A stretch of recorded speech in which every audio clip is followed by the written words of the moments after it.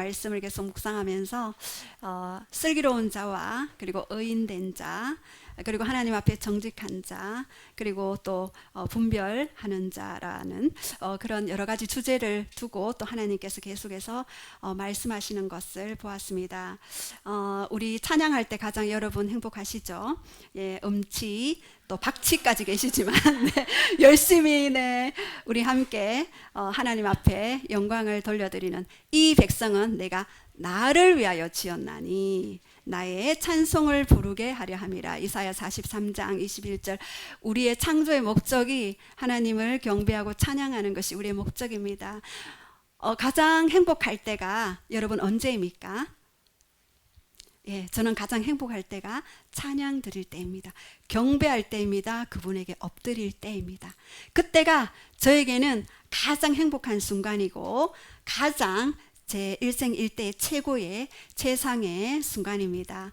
예, 여러분들도 경배를 통해서 또 영광의 그 보좌에서 저희 교회는 계시록 4, 5장에 그 천상에서 드려지는 그 예배가 바로 이 지상에서 모델로 드려지는, 미리 맛보는 그 임재를 아주 조금 맛보는, 우리 조금 임재에도 막 눕잖아요. 통고 가잖아요.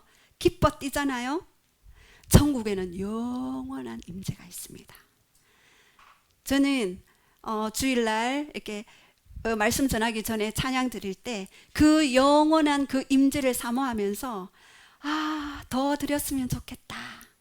더 깊이 들어갔으면 좋겠다. 그분의 심장에, 그분의 은밀한 곳에, 그분의 지성소로 더 들어갔으면 좋겠다 하는 마음이 늘 저의 마음에 있습니다. 예, 오늘 저희들과 함께 여러분 나눌 말씀은 제가 이 잠언 22장 3절 말씀을 보면서 굉장히 마음에 왔습니다. 슬기로운 자, 이게 킴 제임스 버전에 보면 분별 있는 자로 나오거든요. 그래서 슬기로운 자는 재앙을 보면 숨어 피한다라고 그렇게 이야기합니다. 왜 숨어 피할 수 있을까요? 분별이 되니까. 이 길이 가야 하는 길인지, 이 길이 또 스탑해야 하는 길인지, 그 분별을 하니까 이 마지막 시대에 재앙을 피해서 갈 수 있는 것입니다. 그런데 어리석은 자는 나가다가 해를 받는데요. 그래서 하나님 나라에는요, 여러분 질문을 하나 드리겠습니다. 과거가 있을까요? 없을까요?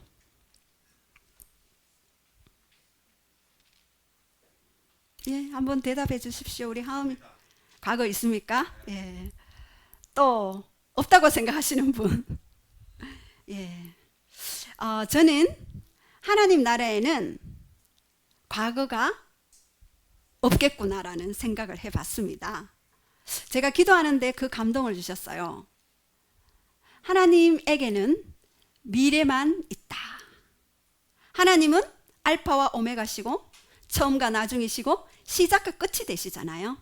그래서 우리 하나님은 과거, 현재, 미래를 넘나드시는, 시공간을 초월하시는, 시간의 제약을 받지 않으시는 영원하신 분이십니다. 그 하나님이 우리가 이미 현재라고 말할 때 그것은 이미 과거고, 하나님은 항상 미래를 통하여서 우리를 바라보시는 것 같아요.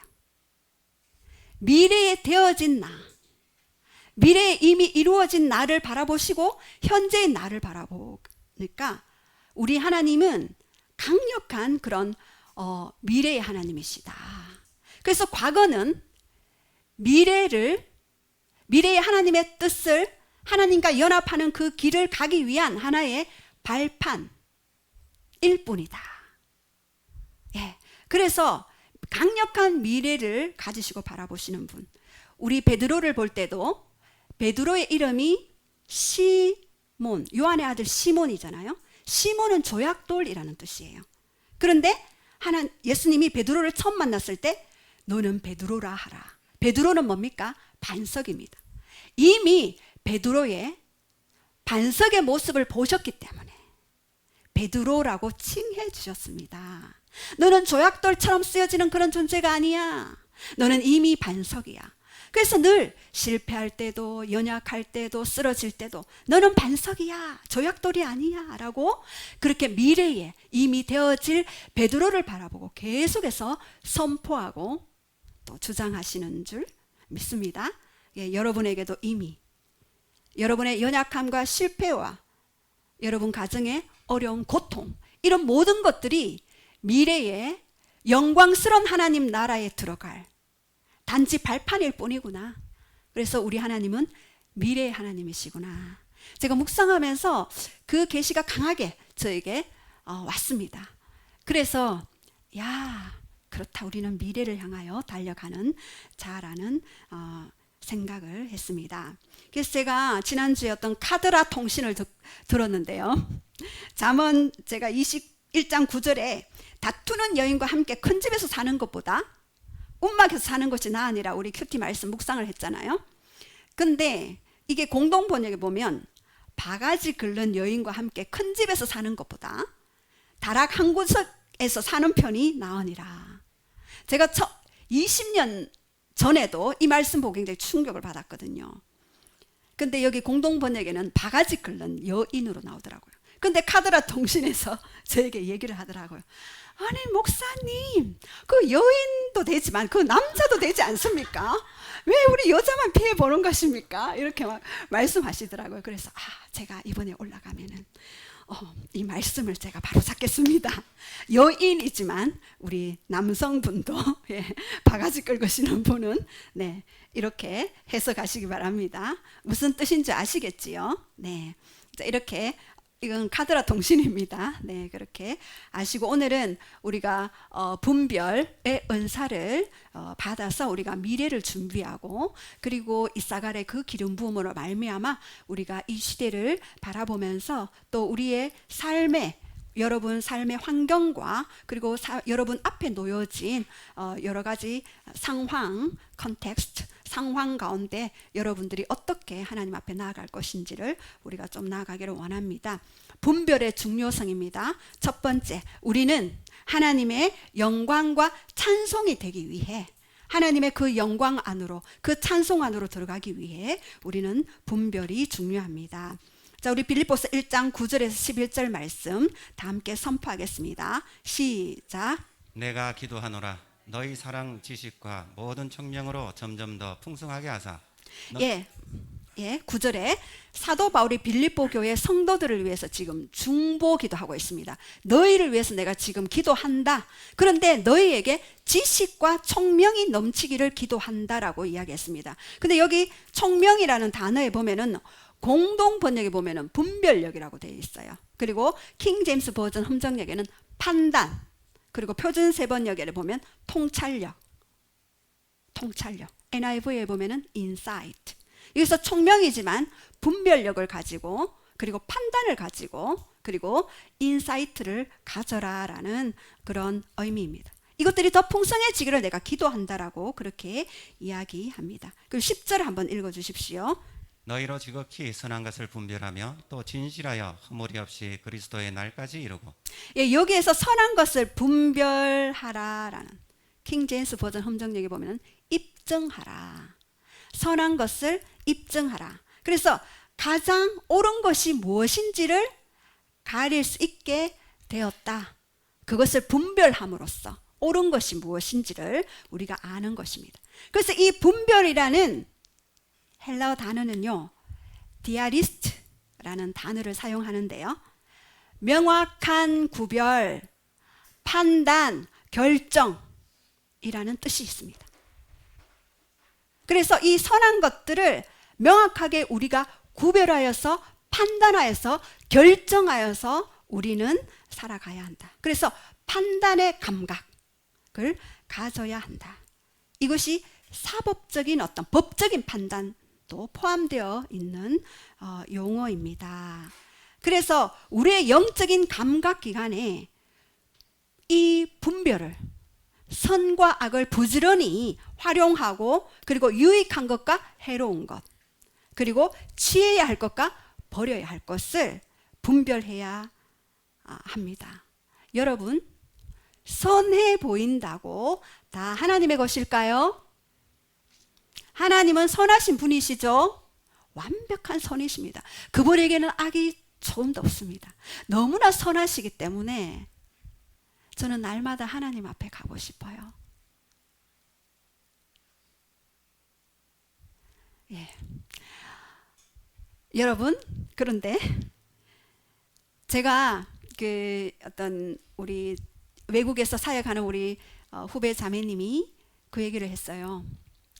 간증을 했는데 외국에 갔는데 횡단보도에 비가 왔어요. 근데 옆에 계신 할머니가 우산을 쓰지 않았어요. 비를 맞았어요. 그래서 이 우산을 보니까 성경에 친절을 베풀어라, 선을 행하라, 너는 빛과 소금이다, 이 말씀이 있잖아요. 그 말씀이 생각이 나더래요. 그래서 그 말씀을 가지고 이 할머니에게 우산을 씌웠어요. 그리고 우산을 씌우고 횡단보도를 건넜어요. 그런데 또 다른 사람이 비를 맞고 서 계시는 거예요. 이번엔 할아버지가. 그래서 또 우산을 세우고 또 횡단보도를 건너가게 해줬어요. 너는 빛과 소금이다, 선한 일을 행하여라 하는 그 말씀 때문에. 그런데 또 있으니까 또 어떤 꼬맹이 하나가 또 비를 맞으면서 횡단보도에 서 있는 거예요. 그래서 자기가 하나님께 질문을 할 때, 하나님 어떻게 해야 될까요? 할 때, 너는 너의 갈 길을 가라.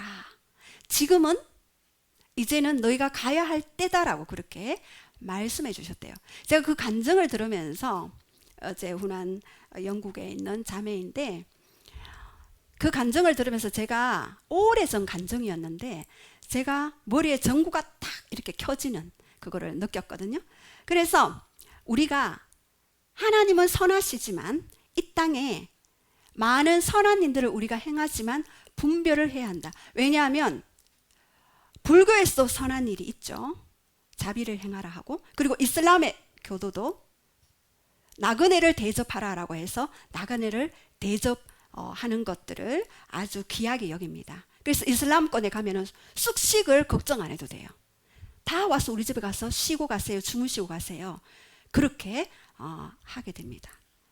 그들은 꿀 안에서 나그네를 대접하라, 그것이 선이다라고, 천국에서 갔을 때 많은 여인들을 너가 취할 것이다라고 꿀 안에 서 있습니다. 그래서 그것을 행합니다. 그래서 우리의 선도 분별해서 그렇게 하나님 앞에 드려져야 되겠구나를 생각해 봤습니다. 그리고 우리 11절 한번 선포하겠습니다. 시작.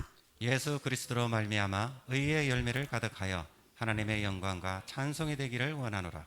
예, 여기서 예수 그리스도로 말미암아, 이렇게 우리가 분별력을 가지고 그리고 통찰력을 가지고 우리가 선한 것들을 판단해야 하는 그 이유가, 예수 그리스도로 말미암아 의의 열매가 가득하여 하나님의 영광과 찬송이 되기를 원했기 때문에 분별력을 가져라라고 그렇게 이야기합니다.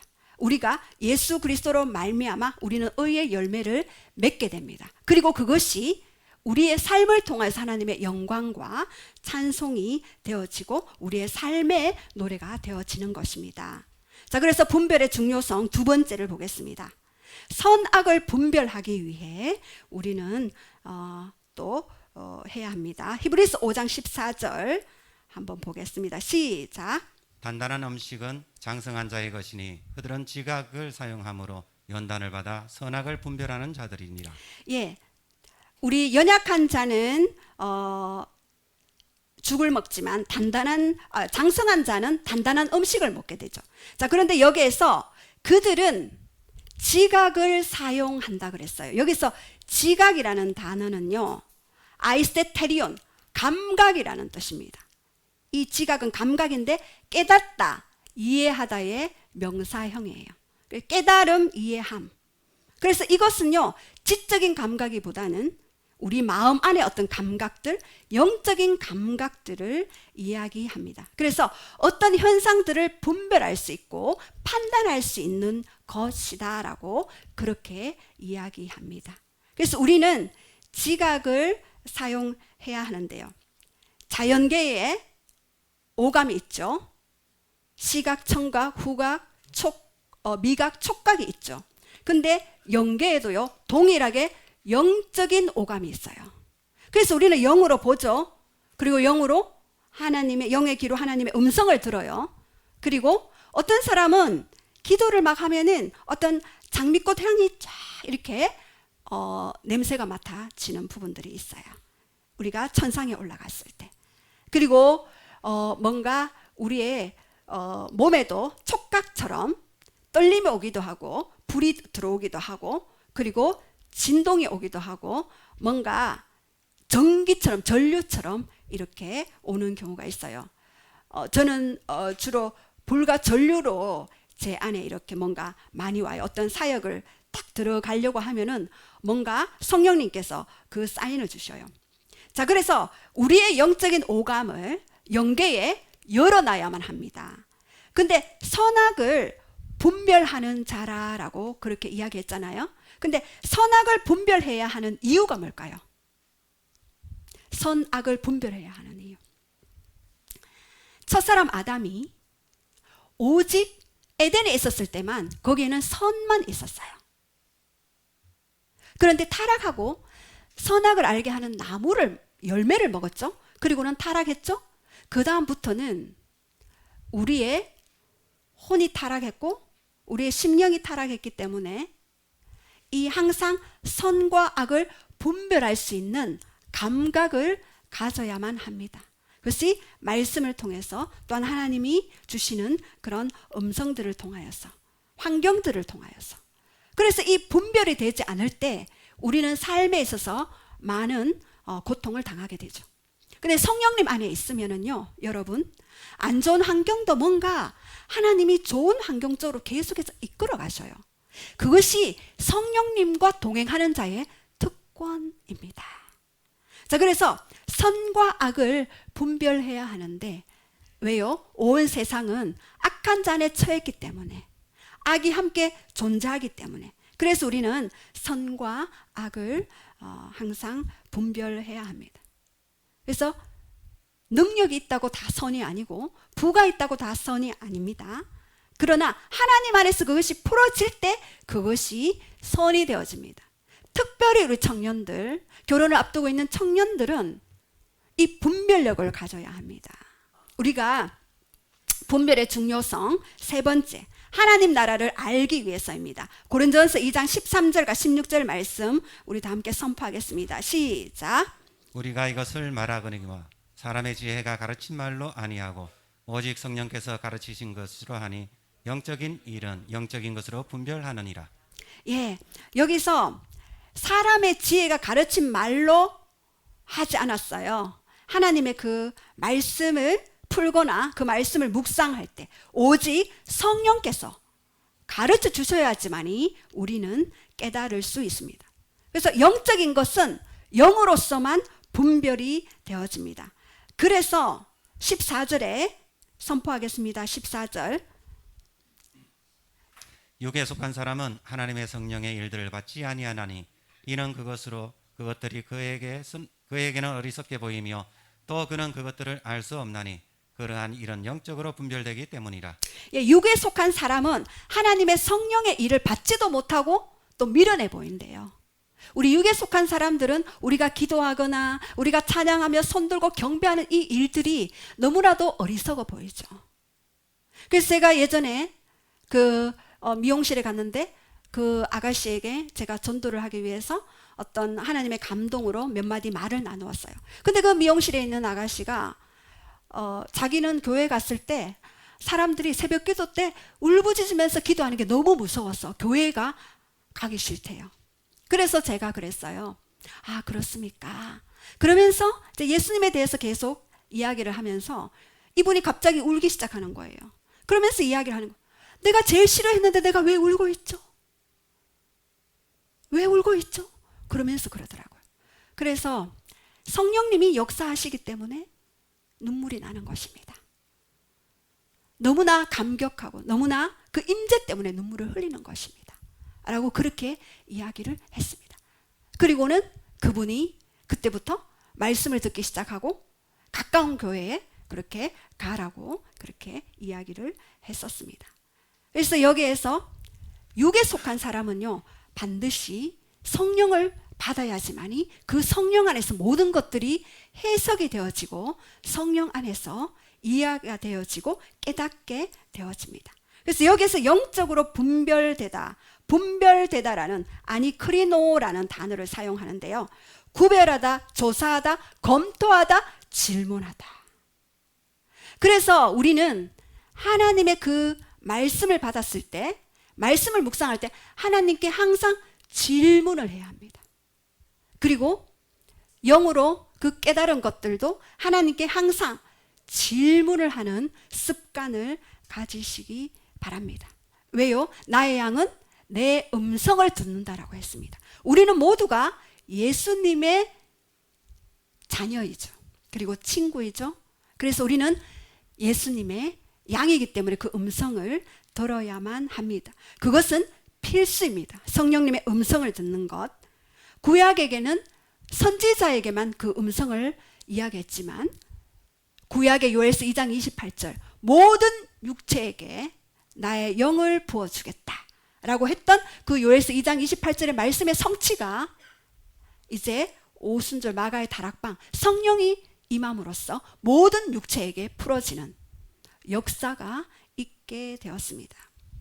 그래서 이렇게 분별해야 하는 그 이유는 바로 우리가 시대를 알아야 하고요. 그리고 모든 묶임에서 자유케 되어지기 지어 있기 때문입니다. 그래서 우리가 영으로, 혼으로, 육으로 묶여있는 영역들을 분별하여 그것들을 자유케 하는 일들. 그래서 이사야 61장 말씀에는 이야기하죠.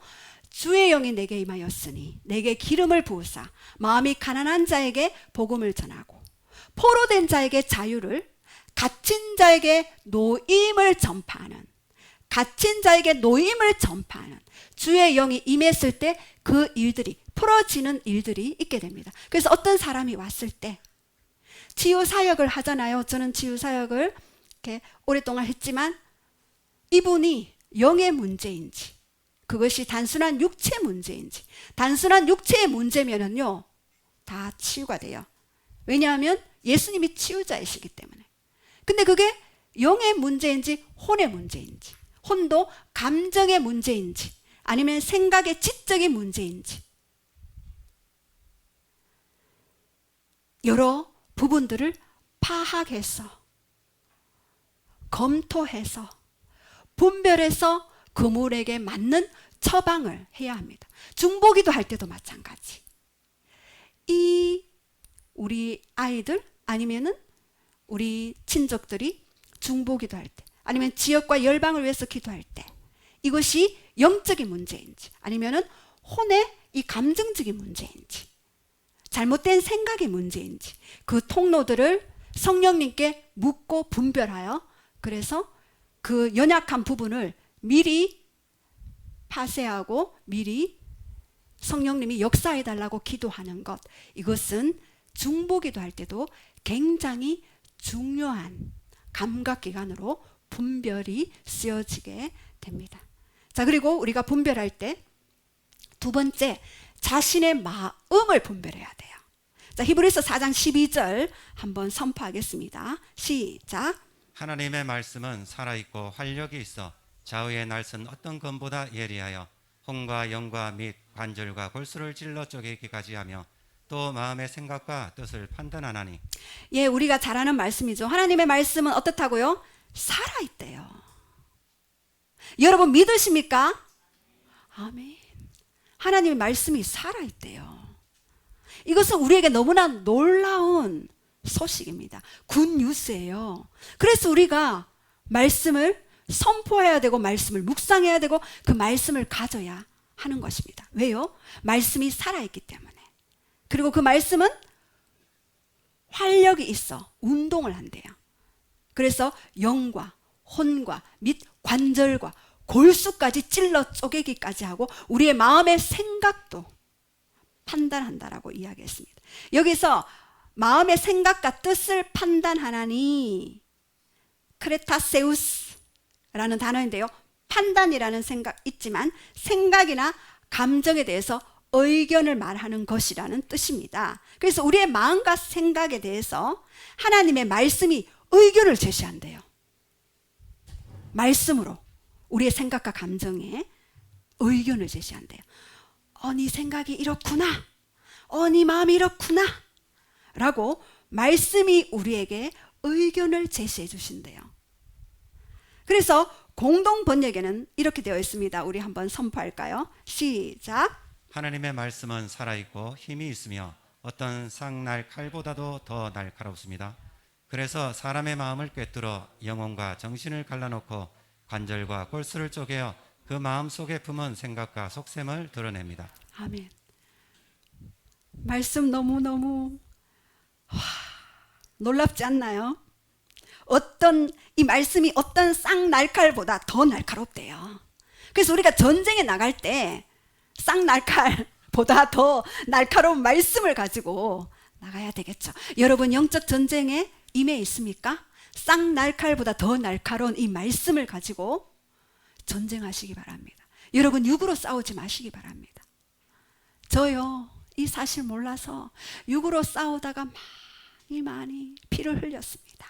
그래서 쌍날칼보다 더 예리한 이 말씀을 가지고 여러분 싸우시기 바랍니다. 그리고 여기서 보니까 마음속에 품은 생각과 속셈을 드러냈네요. 이 말씀이 살아있는 이 말씀이. 그래서 제가 이 말씀 앞에 저는 제 속셈이 많이 드러나게 됩니다. 이 속셈이 뭘까요? 바로 동기잖아요. 숨어있는 동기. 그래서 저는 이 마음속의 속셈을 하나님 말씀 앞에 많이 드러내고 있습니다. 그래서 킹 제임스 버전 함정역에는요, 마음의 생각과 의도를 분별하시는 분이시니라고 되어 있어요. 마음의 생각과 의도를 분별하시는 분이니. 그래서 우리가 마음이 청결해지기를 원하잖아요. 그래서 마음이 청결한 자는 하나님의 얼굴을 본다고 했잖아요. 그렇기 위해서는 우리의 마음을 날마다 하나님 앞에 점검하는 게 중요합니다. 우리의 숨은 동기. 그럴 때 우리의 마음을 청결하게 하셔서 주님과 더 깊은 동력 가운데 들어갈 수가 있습니다. 그래서 우리가 어떤 생각을 할 때 주님, 내가 왜 이 생각이 떠오를까요? 분별하고 누구에게 뭐를 주라, 누구에게 뭐를 갖다 주라, 아니면은 교회 가서 청소를 하라, 뭐 예를 들어서 네. 이 생각, 왜 이 생각이 났을까요? 또는 어떤 감정, 특별히 여러분 안에 있는 분노가 올라오잖아요. 그럼 주님, 내가 왜 이 분노가 올라올까요? 이거를 반드시 물으시기 바랍니다. 왜냐하면 묻지 않으면은요, 다 이 사람 때문에, 저 사람 때문에, 우리 자녀 때문에, 우리 배우자 때문에라는, 그 사람이 그랬기 때문에 내가 이런 감정이 올라옵니다라고 결정하고 그것에 순응하고 반응하여서 70, 80대여도 그것이 회복이 될 수가 없어요. 그래서 반드시 저는 제가 회복되어진 그 케이스가 바로 이것을 계속해서 주님께 물었어요. 우리 가족은 대대로 내려오는 혈기의 뿌리가 있는 가정입니다. 예. 그런데 사람들이 제가 그런 가정에서 자랐다고 하면은 위로를 받더라고요. 예. 그래서 제가 자주 그런 얘기를 합니다. 그런데 이것은 늘 이 분노들을 하나님 앞에 질문했어요. 말씀 앞에 분별했어요. 그랬을 때 하나님은 그 원인의 뿌리를 가르쳐 주시고 그것들에 대해서 자유케 되어지고 해방케 되어지는 역사가 있었어요. 아니면은요, 여러분, 은혜 받을 때는 이게 좋아요. 그런데 은혜가 좀 떨어지잖아요. 그러면은 싹 올라와요. 그것은 본래 하나님이 우리에게 의도해 주신 감정의 그 영역이 아니에요. 예, 제가 지금 다른 쪽으로 지금 부러지고 있는데, 아무튼 이렇게 우리의 마음을 계속해서 하나님 앞에 분별하는 거, 이것에 대해서 여러분 마음의 감옥이 가장 무섭거든요. 근데 이것을 질문하고 분별함으로써 하나님께 드림으로써 자유함이 풀어지게 되는 것입니다. 그렇게 됐을 때 마음을 지킬 수가 있어요. 왜요? 왜 마음을 지켜야만 하죠? 생명의 근원이 이에서 남이니라. 잠언 말씀에. 그래서 우리는 그 잠언 4장 23절 말씀에 생명의 근원인 이 마음을 분별해야지만이 하나님의 그 더 깊은 마음을 알아갈 수가 있습니다. 그리고 여러분, 하나님 마음을 알아가면 알아갈수록 내 자신의 마음이 분별이 되어지고요. 그리고 하나님 그분의 마음을 알아가면 알아갈수록 다른 사람의 마음을 볼 수가 있어요. 그래서 굉장히 하나님의 마음을 알아가는 것이 너무나 중요합니다. 그리고 세 번째, 원수를 분별하라. 예, 우리 열왕기상 2장에 보면은요, 솔로몬의 형 아도니아가 나옵니다. 이 다윗과 학기 사이에서 출생했죠. 자, 그런데 밧세바에게 솔로몬에게 나아가서 이 아비삭을 자신의 아내로 줄 것을 요청하는 장면이 나와요. 이 아비삭은 누구냐 하면은 다윗이 노년에 이불을 덮어도 추위를 막 느끼는 뼈까지 시려운, 예, 연세 이제 7, 80대면 이불을 덮어도 춥나 봐요. 그래서 이불을 덮어도 추우니까 젊은 여인을 이제 신하들이 다윗에게 주게 됩니다. 근데 이 다윗은 끝까지 수종만 들게 했지 이 아비삭을 취하지는 않았어요. 이 다윗은 너무나 많은 피를 흘렸기 때문에, 그리고 너무나 많은 이 영적인 세계를 경험했기 때문에 취하지 않았어요. 근데 이 아도니아가 이 아비삭을 자기에게 달라고 이야기를 했죠. 자, 그런데 이 솔로몬은 겉보기에는 이 요청이, 아도니아의 이 요청이 굉장히 순수해 보이고 좋아 보였지만 그 속에 있는, 그 마음 속에 있는 의도를 분별을 했습니다. 그래서 이 아도니아에게 강경하게 대응을 했는데요. 이 솔로몬은요, 아도니아를 즉시 죽이라고 나중에는 이야기를 했고, 그리고 이 솔로몬은 아도니아와 정렬된 제사장이 있어서 아비아달을 축출하기에 이릅니다. 그리고 솔로몬은 요압을 죽이라고 명령을 하죠. 요압은 평생 신실하게 다윗을 섬겼어요. 그런데 이 요압 안에 있는 그런 질투심과 그리고 분노, 이런 부분들이 나중에 그 죄악의 씨앗이 될 것 같아서 이제 아도니아에게 또 정렬되었기 때문에 이 요압을 죽이라고 명령하는 그런 일들이 있습니다. 그리고 다윗은 솔로몬에게 요압을 처리해야 된다고 그렇게 이야기를 합니다. 왜냐하면 다윗은 그 요압의 마음 안에 있는 것들을 분별했습니다.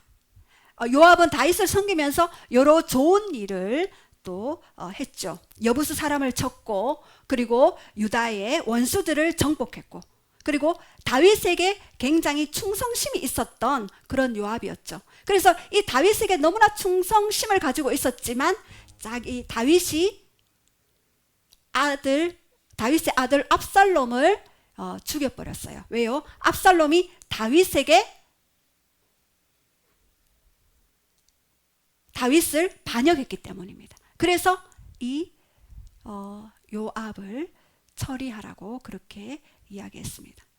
다윗은 압살롬을 죽이고 싶었을까요? 비록 반역했지만. 왜냐하면 이 압살롬이 반역했을 때 다윗이 궁궐을 떠나면서 내 아들 압살롬아, 내 아들 압살롬아 하고 그렇게 울면서 궁궐을 떠나가는 그런 장면들을 봅니다. 그런데 이 요압은 이 다윗의 마음을 알아들이기보다는 그 어떤 정권에 있어서 필요 없는 그런 압살롬을 죽이게 되는 그런 일들을 행하게 됩니다. 그래서 이 다윗을 향한 충성심과 개인적인 복수심에 끌려 압살롬을 죽인 그 요압을 처리하게 됩니다.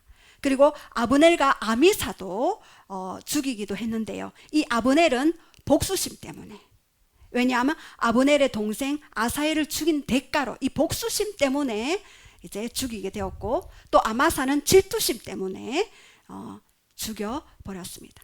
이런 쓴뿌리들이 요압에게 있었고, 이 쓴뿌리가 요압의 앞에 부르심을 막게 되었습니다. 그래서 말과 행동 뒤에 있는 그런 어떤 것들을 분별할 수 있는 그 동기들을 분별하게 되었습니다. 그래서 솔로몬은 긍휼을 베풀어야 할 때와 공의를 베풀어야 할 때를 잘 분별하였습니다. 그래서 제사장 아비아달에게는 긍휼을 베풀었지만 아도니아와 요압에게는 신속하게 그렇게 판결을 집행했습니다. 여러분, CEO들이 많으시죠? 많은 사람들을 상대하게 되죠. 그러면 이 분별의 영이 있으면은 어떤 사람을 이렇게 우리 회사에 이렇게 오거나 이럴 때에 우리가 분별해야 될 때가 있어요. 그리고 가장 큰 분별은 하나님께 묻는 것이죠. 그래서 잘 분별하셔서 그런 부분들을 집행하시고 또한 하나님의 뜻대로 행하시기를 바랍니다. 그래서 진짜 원수가 누군지를 분별해야 돼요. 사람은 아무리 그 사람 안에 어둠의 세력이 있다 할지라도 그 사람이 영이 아니에요. 그래서 사람과 영을 따로 분별해서 그렇게 해야 합니다. 그래서 많은 사람들이 저에게 와서 질문을 하죠. 어떻게 그렇게 고통스럽고 상처 입고 힘든 사람들을 그렇게 오랫동안 이렇게 교제하면서 유지하면서 그렇게 하실 수 있습니까? 라고 누가 질문을 했어요. 저는 그것을 알았거든요. 이 사람이 그렇게 할 수밖에 없는 동기, 본래는 그렇게 하고 싶지 않아요. 그런데 그 어둠의 세력들에게 잡혀진 영역 때문에 그렇게 할 수밖에 없는 것들을 알기 때문에 제가 그 부분을 사람과 그 영을 따로 분리해서 사역을 하기 때문에 오랫동안 관계를 유지하게 되었습니다. 저희 가족들도 마찬가지죠. 여러분, 배우자들도 마찬가지입니다. 자녀들도 마찬가지입니다. 그 사람과 그 영을 분리해서 다루셔야만 합니다. 제가 이것은 시간이 또 많이 필요하기 때문에 나중에 또 한번 나누고요. 그래서 모든 일이 잘 되고 형통할 때 솔로몬도 자기 자신의 삶을 분별했어야만 합니다. 가던 길을 유지하고 더 큰 돌파를 위해서는 분별하는 시간을 또 가져야만 합니다. 솔로몬은 상상을 초월하는 그런 3,000개의 잠언과 1,000개의 노래를 지었죠. 그리고 이 솔로몬은 동물학, 식물학을 가르칠 수 있는 어마어마한 지식을 가진 자였습니다. 그리고 크게 사랑을 받았죠. 그리고 많은 부유함을 누리면서 300명의 부인과 700명의 후처를 가졌습니다. 부러워하는 눈으로 보시는 분은 없겠죠. 네. 이렇게 함으로써 1,000명. 그래서 이 1,000명이 가져온 신을 다 받아들이는 거예요. 그러면서 이 솔로몬 대에는 다윗을 생각하사 이 솔로몬 대에는 심판을 하시지 못했지만 그 솔로몬 후대가 고통을 당했잖아요. 두 나라가 분리가 되었잖아요. 그래서 이 솔로몬은 부가 주어질 때, 그리고 또는 이 여인들을 상대할 때 잘 분별해서 했어야만 하십니다. 예수님도 많은 사람들의 있는 그 마음들을 많이 분별하셨죠. 그래서 누가복음 20장 21절에서 23절에 보면은요, 우리 서기관 대제사장들이 예수님을 잡고자 했으나 백성들을 두려워하여 가이사에게 세를 바치는 것이 옳으니까 하니, 서기관과 대제사장들이 예수님을 잡고자 해서 가이사에게 세금을 바칠까요?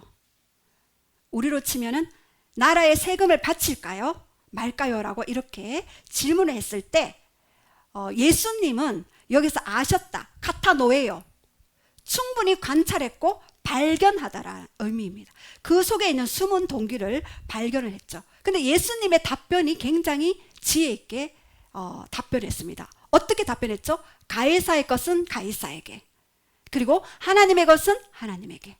이러한 대답을 하셨습니다. 자, 여러분, 지금 이 사람들이 어떻게 할까요? 라고 질문을 했죠. 근데 예수님은 이 땅의 것들도 해결하고 하늘의 것들도 동시에 해결하는 일들을 가지게 되었습니다. 여러분들에게 어떤 질문을 하잖아요. 질문을 할 때 당신의 자녀는 이러이러한 사람이 될 것입니까? 라고 질문을 하잖아요. 지금 이러이러한 사람이라고 이야기를 하잖아요. 그러면 여러분 항상 미래형으로 대답을 하십시오. 네, 이런 사람이 될 것입니다. 지금 되어지지 않지만 미래형으로 항상 대답하는 여러분이 되기를 원합니다. 자, 그리고 네 번째, 마지막으로 때를 분별하기, 이사갈의 기름 부음에 대해서 나누겠습니다. 우리 이사갈은 용감한 장사인데 역대상 12장 32절 우리 선포하겠습니다. 시작. 이사갈 자손 중에서 시세를 알고 이스라엘이 마땅히 행할 것을 아는 우두머리가 200명이니 그들은 모두 형제를 통솔하는 자이며. 예, 여기에서 이사갈 자손이 나오죠. 이 이사갈은요, 그가 보상을 가져올 것이다라는 뜻을 가지고 있습니다. 자, 그래서 이 12지파 중에 한 지파인데요, 이스라엘이 마땅히 행하기를 아는 우두머리가 200명이라 그랬고 모든 형제를 통솔하는 자라고 했는데요, 우리 이사갈 지파 또는 우리 언약궤 성막 성물이 이제 광야에 행진을 할 때 이사갈 지파의 위치를 한번 보십시오. 우리 한번 언약궤가 제일 앞에 있습니다. 그리고 그 뒤에 유다와 이사갈과 스불론이 따라가요. 그리고 성막 뒤에 르본, 시몬, 갓, 그리고 성물 뒤에 에브라임, 므낫세, 베냐민, 그 뒤에 단과 아세가, 납달리가 따라갑니다. 그렇다면 이 언약궤 바로 가까이에 있는 지파가 어느 지파죠? 바로 이사갈 지파입니다. 자, 이 행군할 때 언약궤 가장 가까이 가는 이 이사갈 지파, 이 언약궤는 바로 하나님의 임재를 상징하죠. 그 임재 바로 가장 가까이 있는 이 이사갈 지파가 바로 시세를 알게 된다. 그리고 형제를 통솔할 수 있게 된다. 라고 이야기를 합니다. 그래서 첫 번째 이사갈의 기름 부음은 시세를 압니다. 자, 우리 시세는요, 우리 킹제임스 버전 험정역에는 때를 깨닫는다라는, 그래서 표준 세번역에는 때를 잘 분간할 줄 알고 라고 되어 있습니다. NIV에는 understood the time, 시간을 이해할 수 있는 능력이라는 뜻입니다. 그래서 우리도 이사갈의 그 기름 부음, 시간을 잘 이해할 수 있는 능력을 가져야 합니다. 그래서 잠언 22장 3절에 슬기로운 자가 재앙을 만날 때 숨어 피한다라고 그렇게 이야기를 합니다. 그래서 미리 준비할 수 있게 됩니다. 요셉이 7년 풍년으로 말미암아 7년 흉년의 때를 준비하게 되었죠. 그래서 모든 자기 가족뿐만 아니라 민족을 살리고 국가를 살리게 되고 그리고 애굽을 살리게 되고 모든 부가 애굽으로 올 수 있도록 하게 되는 일들이 있게 되었습니다. 여기서 때, 시세, 때를 나타내는 것은 여러 종류가 있는데요. 아이온, 시대, 영원이라는 단어가 있고요. 크로노스의 때, 크로노스의 때는 우리의 일반적인 달, 월, 년 이런 것들을 일상적인 용어를 크로노스의 때라고 합니다. 근데 카이로스의 때는요, 하나님이 정하신 때, 하늘과 땅이 만나는 때를 바로 카이로스의 때. 근데 호라의 때는요, 바로 지금의 때. 그래서 로마서 13장 11절에는요, 너희가 이 시기, 카이로스 이 시기의 때 너희가 안다. 그리고 그러나 너희가 자다가 깰 때이다. 이 깰 때는 바로 호라라는 단어를 사용하는데 지금이 바로 너희가 깨어날 때이다라고 그렇게 사도 바울은 이야기합니다. 호라는 바로 지금 이 시간, 이 순간을 이야기하는 것입니다. 그래서 우리는 마태복음 16장 3절에도 날씨가 흐리면 비가 올 것이라고 예상하는 것 같이 너희가 시대의 표적을 분별하라라고 이야기합니다. 자, 그래서 두 번째, 이스라엘이 마땅히 행할 것을 아는 우두머리가 200명이라고 했습니다. 그들은 모든 형제를 통솔하는 자라고 이야기했습니다. 여기에서 창세기 49장에 보면은요, 야곱이 12아들을 축복하는 내용이 나옵니다. 야곱이 12아들을 축복했는데 450년 후에는 모세가 이스라엘의 12지파들을 축복하는 이야기들이 나옵니다. 점점 더 그 축복이, 그 계시가 확장되었죠. 한 가정에 대한 축복이 이제 한 민족에 대한 12지파에 대한 축복으로 되었는데요. 우리 신명기 33장 18절에 보면 우리 한번 볼게요. 이사가를 축복하는 내용이 나옵니다. 시작. 이사가리여 너는 장막에 있음을 즐거워하라. 예, 여기 장막은요, 장막은 바로 텐트라는 단어, 거처하는 집이라는 것도 있지만 하나님의 법궤를 모시고 있는 회막 장막이라는 의미도 있습니다. 그래서 타버너클이라는 단어를 사용하는데요, 우리 최고의 축복은 바로 장막 안에 거하는 것입니다. 그래서 이사갈에게 최고의 축복, 너가 장막 안에 거하면서 즐거워하라. 장막은 바로 누구입니까? 바로 우리 예수 그리스도, 실제 장막 대신 예수 그리스도, 장래 좋은 일의 대제사장이 되신다고 히브리서 9장 11절 말씀하십니다. 그래서 온전한 장막 대신 예수 그리스도 안에 거하는 것이 가장 큰 즐거움. 그래서 장막 안에 거하는 것을 즐거워하라. 예수님과 교제하는 것을 즐거워하라입니다. 그리고 19절 한번 선포하겠습니다. 시작. 그들이 백성들을 불러 산에 이르게 하고 거기서 의로운 제사를 드릴 것이며 바다의 풍부한 것과 모래의 감추인 보배를 흡수하리로다. 예, 그들이 백성을 불러 산에 이르게 하라. 그래서 이 시대의 사람들을 불러 모아서 시온산에 거하게 하여라. 그리고 거기에서 의로운 제사를 드려라. 바로 예수 그리스도의 대신, 우리의 영원한 의가 되신 예수 그리스도께 예배하고 그렇게 나아가라. 그래서 모든 열방에 있는 자들, 민족들을 주님께로 돌아오는 것들을 그리고 그 주님께 초대하는 그런 의미를 가지고 있습니다. 그리고 여기서 바다의 풍부한 것, 이 바다의 풍부한 것은요, 모든 것의 부를 상징합니다. 이 모든 것의 부를 상징하면서 이 모든 바다의 풍부한 것과 그의 모래에 감추인 보배를 흡수하라. 그래서 모래에 감추인 이 보배, 하나님의 것들은요, 불신자들은 깨닫지 못해요. 이 모래에 감추은 것 같이 그러한 것들입니다. 그런데 세상이 알아볼 수도 없는 그 축복이 바로 예수 그리스도 안에 있는 그 것입니다. 그래서 예수 그리스도는 대제사장이 되시죠. 이 대제사장은 그 가슴에 흉패를 달고 있고 이 흉패에 12가지 보석이 있어요.